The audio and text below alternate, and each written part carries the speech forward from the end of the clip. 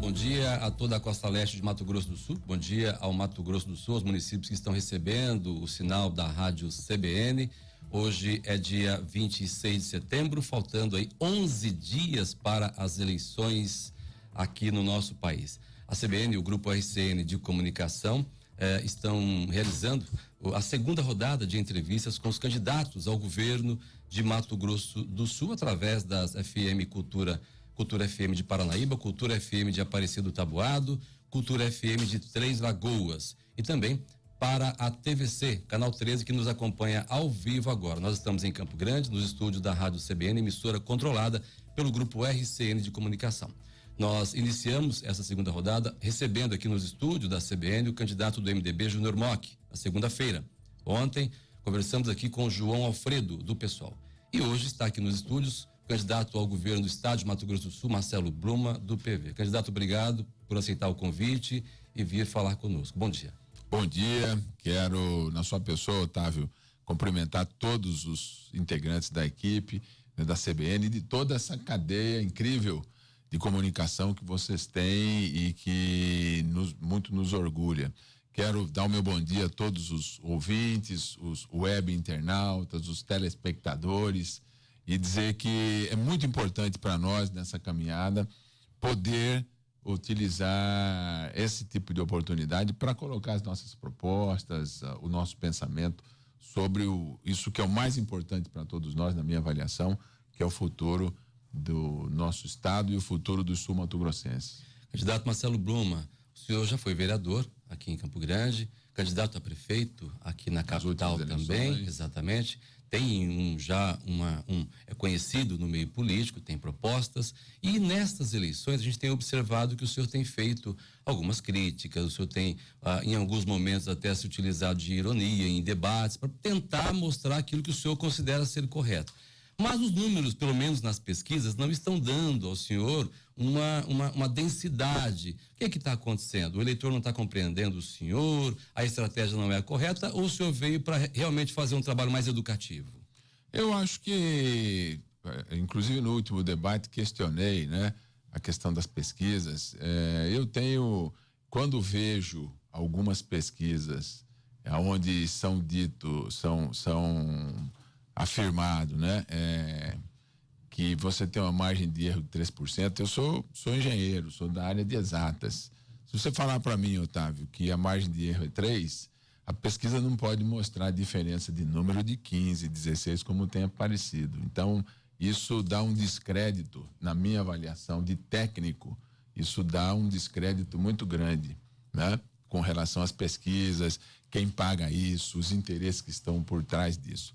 Eu tenho, como campanha, me focado no trabalho que eu me propus a fazer, né? Sou um cara que trabalha na iniciativa privada, sou independente, por isso que tenho a liberdade de falar o que eu penso. Algumas pessoas dizem, mas você fez a crítica ao governador.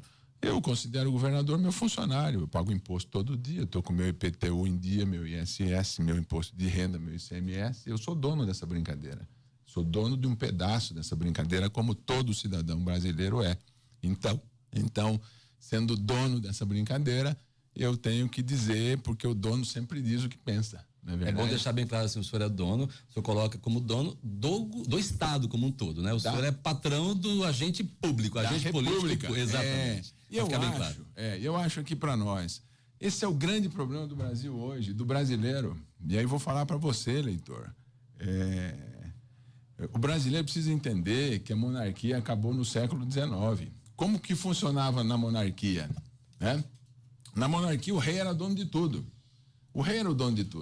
tudo que você fazia, o rei podia chegar lá na sua casa e dizer, olha, como foi feito no Brasil, quando a família real chegou no Brasil, a turma do Dom João chegou assim, escolheu as melhores casas e dizia para as pessoas, sinto muito, mas você vai ter que sair, porque aqui vai ficar o Duque de Cascais.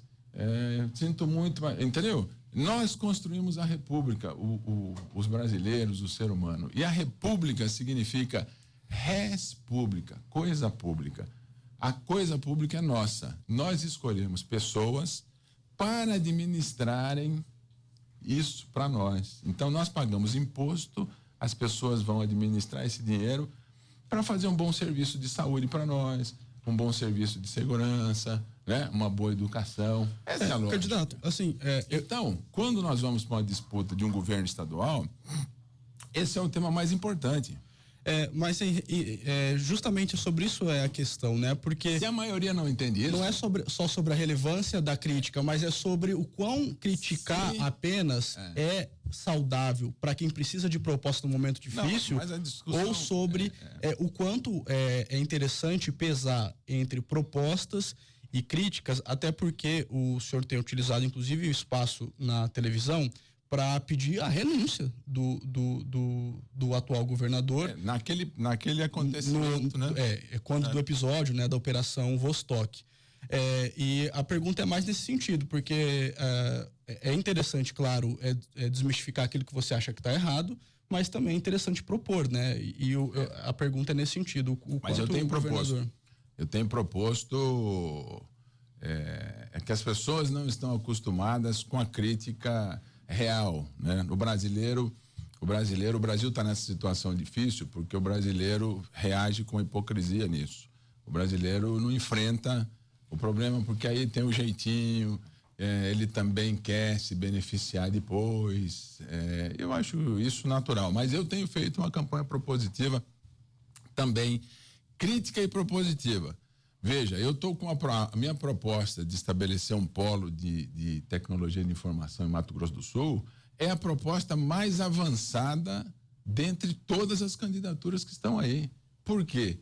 Porque nós hoje estamos aqui no estado apostando no binômio boi e soja, né? E eu acho o agronegócio fantástico, incorporou tecnologia, mas é muito pouco para um estado como Mato Grosso do Sul, que tem um potencial riquíssimo, tanto para o turismo, aproveitando bonito toda a bacia do Rio Paraguai, quanto um potencial também para uma indústria de piscicultura muito forte e um potencial para ter um polo de tecnologia de informação aqui, porque nós estamos no entroncamento, Mato Grosso do Sul está no entroncamento da América do Sul, por conta de São Paulo, Paraná, e Paraguai e Bolívia, né?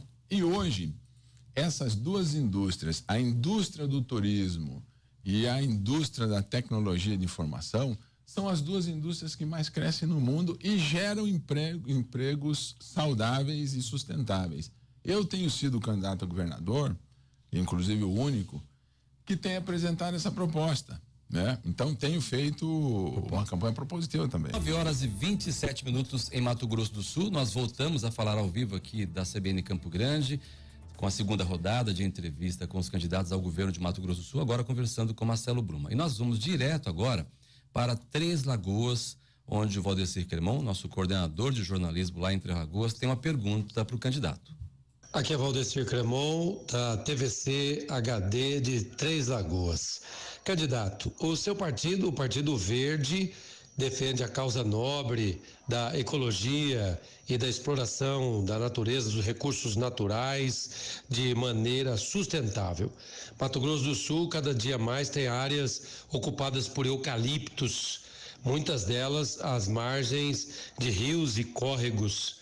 E mais esse que é o segmento industrial de maior crescimento na cidade, que é a produção de papel e de celulose. Queria saber, seu governo, como é que vai ser? Vai ter uma atuação diferente da atual com relação à expansão industrial que necessita da exploração dos recursos naturais? Ou o senhor terá algum outro modelo de tratamento com o setor industrial? Muito obrigado. Bom dia, Valdecir, prazer muito grande falar com você e com toda, né, a população da Costa Leste. Eu sou um fã, como disse, do agronegócio, e esse processo de industrialização que entra Mato Grosso do Sul adentro por Três Lagoas, na verdade é um processo que precisa ser estimulado em outras partes do nosso estado. Eu sempre, quando falo disso, divido Mato Grosso do Sul nas duas grandes bacias, na bacia do Paranazão e na bacia do Rio Paraguai, porque quando nós fizemos, inclusive, com o PV, muitas movimentações aqui para que não tivéssemos usinas de álcool na região do Pantanal, é porque ali nós temos um meio ambiente muito mais delicado. Na bacia do Paraná, nós temos um meio ambiente e uma região mais rústica, portanto, possível de uma industrialização nesse modelo mais forte. O meu governo vai expandir a industrialização, mas eu trarei de volta a Secretaria Estadual de Meio Ambiente para que a gente fortaleça a industrialização pela Secretaria de Indústria e Comércio, mas tenha os órgãos ambientais fazendo o seu papel de impedir os abusos e o extrapolamento dos limites. Agora, quero fortalecer, como disse no primeiro bloco aqui pro Otávio e pro Lucas, quero criar um polo de tecnologia de informação em Mato Grosso do Sul para inclusive ser suporte para a expansão da industrialização de Mato Grosso do Sul. Muito bem. Agora nós vamos até Aparecida do Tabuado e lá nós temos o nosso jornalista, o Nestor Júnior, que também tem uma pergunta para fazer para o candidato Marcelo Bluma. Olá, muito bom dia. Sou o Nestor Júnior, da Rádio Cultura FM de Aparecida do Tabuado. Candidato, o senhor tem afirmado em algumas entrevistas durante esse período de campanha que, se eleito, o senhor pretende consultar a população para escolher o seu secretariado. O senhor tem destacado aí durante algumas entrevistas que um dos pontos de seu plano de governo, se eleito, é a participação popular na escolha dos gestores do primeiro escalão, segundo e até terceiro escalão.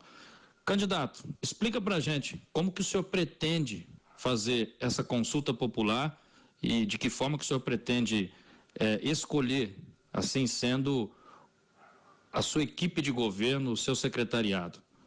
Um abraço e obrigado pela oportunidade. Um abraço, viu, Nestor? Quero estender também, um abraço fraterno nosso para toda a população da nossa querida Aparecida do Tabuado. Eu adoro Aparecida. E a sua pergunta é muito oportuna, porque como eu sou uma pessoa que atua na iniciativa privada, evidentemente fui vereador, eu sei a distinção do que é a iniciativa privada e o setor público. Porém, o nosso setor público hoje, ele é extremamente atrasado quando nós comparamos com a iniciativa privada. E eu quero trazer algumas ideias e algumas práticas da iniciativa privada. Uma delas é compor uma administração com quadros técnicos. Então, vou buscar na sociedade civil organizada, junto à representação dos engenheiros, dos advogados, dos economistas, também dos servidores públicos, pessoas para comporem o primeiro escalão do governo, porque nós precisamos fazer isso para a população.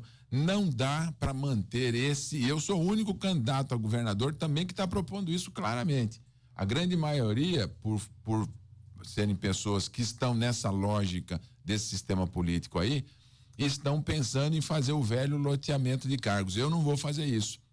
Eu com a classe política eu vou fazer o debate político, porque nós não podemos desconsiderar quem teve votos, por exemplo, para a Assembleia e para a Câmara Federal. Mas o governo vou montar com quadros técnicos, porque uma das propostas fundamentais é modernizar a administração pública estadual, trazer inclusive tecnologia para que o serviço seja fornecido para o cidadão que é o proprietário de forma eficiente e de forma rápida. Só dá para fazer isso se a gente mudar a forma de compor